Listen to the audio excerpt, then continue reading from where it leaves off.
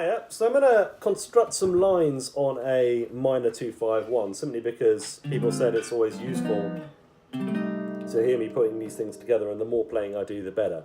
So I'm just going to show you how I practice this. Apologies, I've got a bit of a cough, so if I cough during the video, that's why.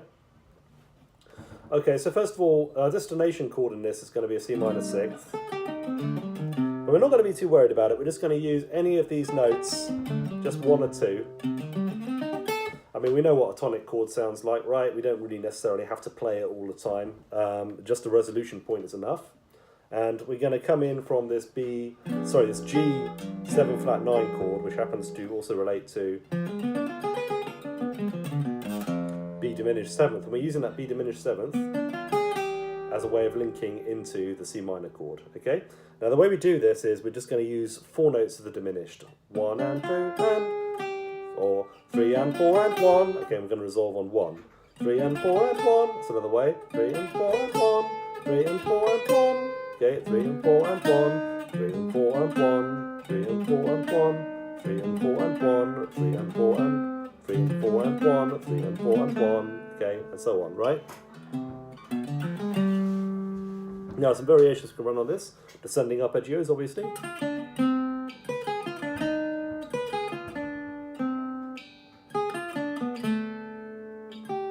Was it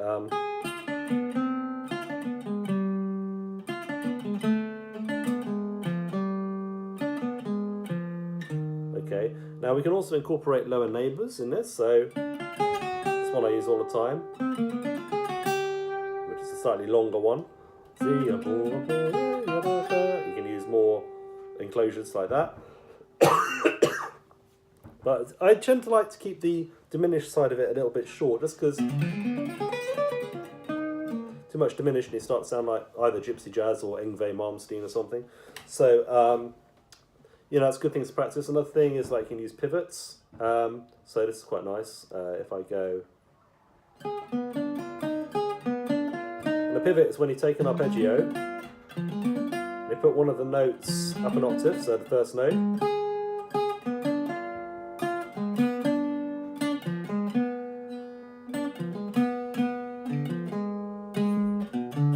That's quite a nice way of breaking up that sort of regular sort of melodic contour that you get so often with arpeggios and scales. So.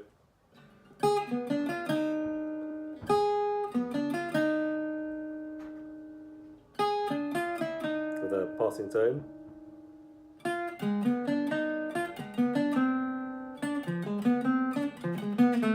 Okay, that adds another level of hipness to it, I think. So those are your basic options with the connection. Now we're going to use a B flat 7 scale just for another 2 beats. So with this kind of stuff, we don't tend to worry too much about the added note rules because it's so short, but they can be useful sometimes. So I'm just going to start this from the 1, which is here, B flat. By the way, the relationship between D minor 7 flat 5 and B flat is based on this. The B flat 9 chord has a D minor 7 flat 9 as part of its other structure, right? So by knowing that, we can use the B flat 7 scale over a D half diminished chord, which is way easier than thinking about Locrians and all that kind of thing. Okay? At least for me it is anyway, you might disagree.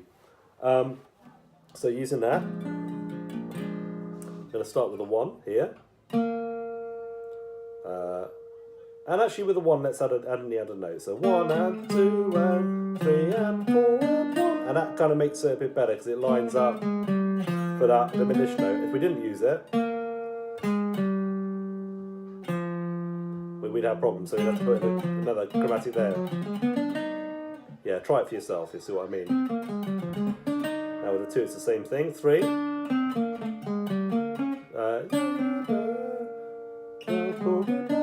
That works nicely as well, actually. Actually, forget what I said about the added note rules. They really do help. I mean, if we're using the 2 added note rule, 1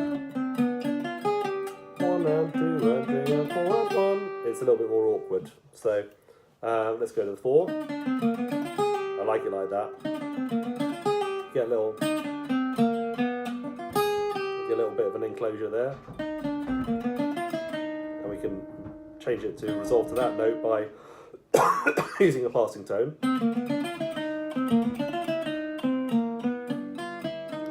go too fast all the time. Fifth.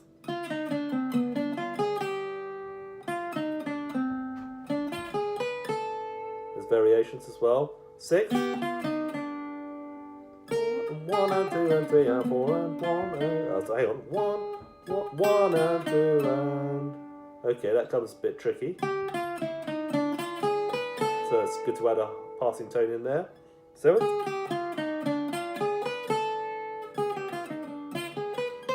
That's fine. Let's do the seventh.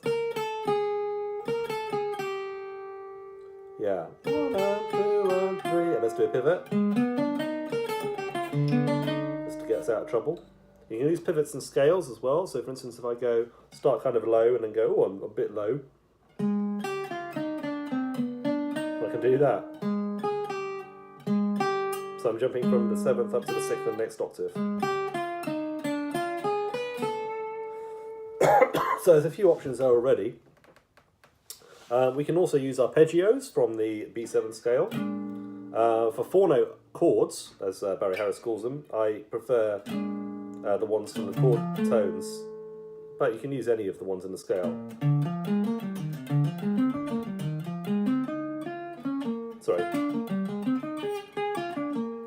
Sorry, let's do that again, shall we?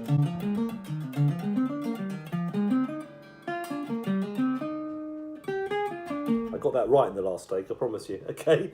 And then, you know, for our position, it might be more useful.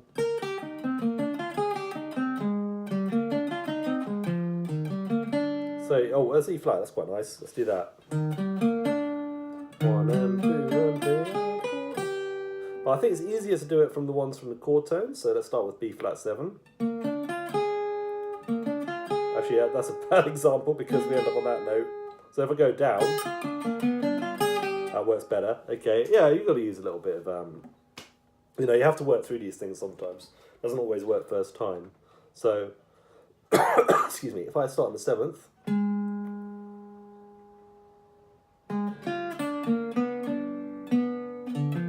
oh, a bit of a pivot there, that's quite nice. Okay, now let's do the next one, which will be D half diminished, which of course is our minus 7 flat 5 chord. That works fine, but again, like,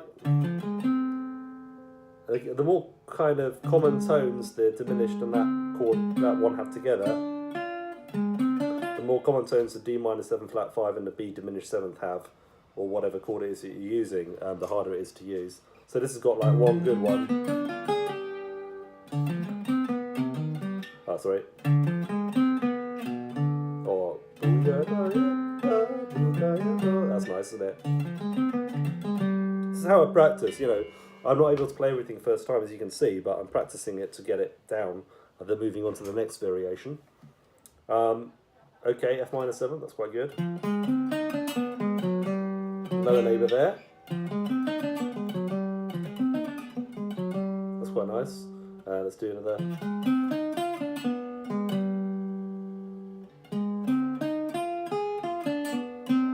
Okay, and so on. And my favourite is A flat major 7th.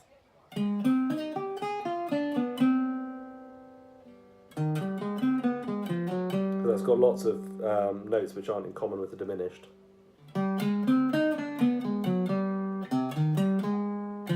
Apart from that one. You can always get out of it, right?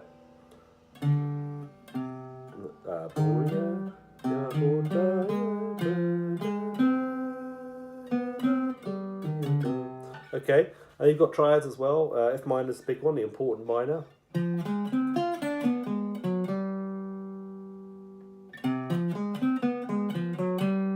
Okay.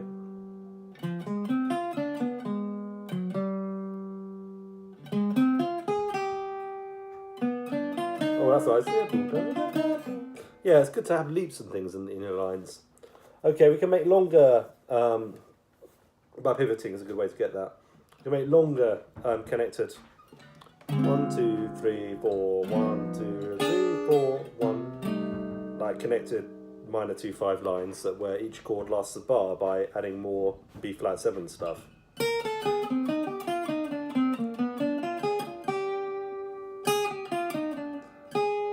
Okay, so I don't know.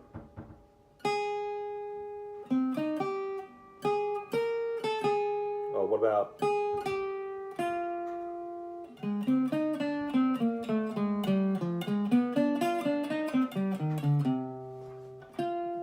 And it's always good to sort of practice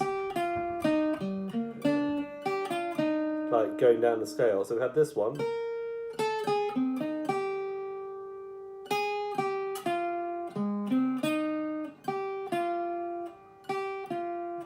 That's the last one, wasn't it? Yeah. So it should be.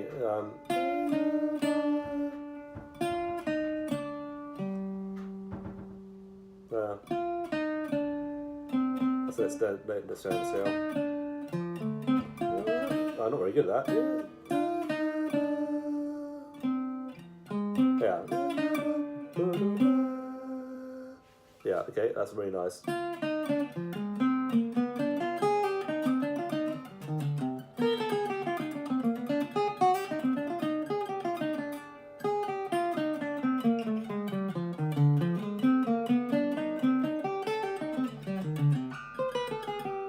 Okay, so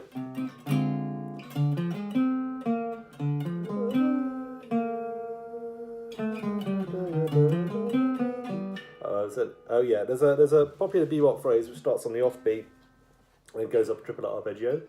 3, 4, 1.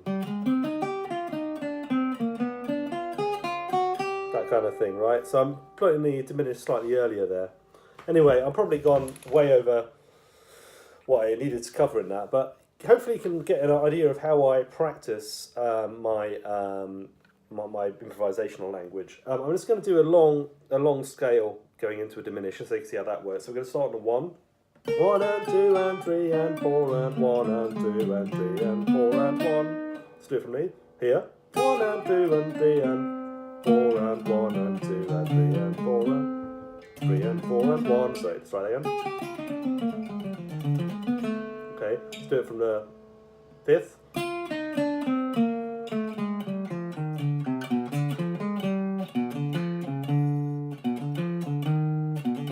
Do it like that, it's quite nice to resolve into the 3rd.